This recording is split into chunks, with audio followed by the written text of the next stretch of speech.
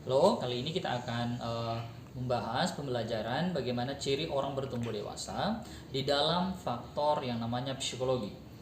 Secara umum, sesungguhnya proses pertumbuhan manusia menjadi dewasa itu ada 6.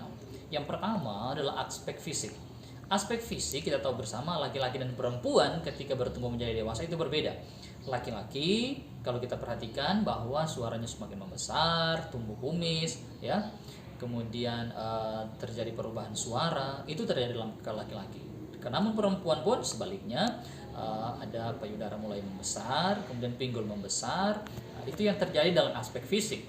Ada juga hal yang kedua adalah aspek sosial. Waktu kita masih anak-anak, sosial kita dibatasi oleh orang tua, ya, hanya bergaul dengan orang-orang di seputaran kita, hanya dengan keluarga besar kita. Namun saat kita sudah mulai beranjak dewasa, sosial kita akan bergaul dengan teman-teman yang lebih luas lagi. Itu yang kedua. Aspek yang ketiga, cirinya orang bertumbuh dewasa dilihat dari segi moralnya. Waktu masih kecil, moralnya kita mungkin kita tidak mengetahui apa yang kita lakukan. Namun pada saat mulai bertumbuh menjadi dewasa, moral pasti akan semakin diasah sedikit demi sedikit. Hal yang keempat adalah faktor yang emosi. Waktu kita masih anak-anak, emosinya kita pasti berbeda dengan waktu kita sudah dewasa. Waktu kita anak-anak, emosinya kita ketika meminta sesuatu kepada orang lain, kalau pada saat tidak dikasih atau tidak diberikan apa yang kita minta, kita bisa saja akan marah, kita bisa saja akan menangis. Namun waktu kita dewasa, emosinya kita pasti akan berbeda dengan waktu kita masih kecil. Itu yang keempat. Yang kelima adalah faktor yang namanya intelektual, ya. Waktu kita masih kecil, kita hanya bisa memikirkan satu hal yang nyata-nyata saja.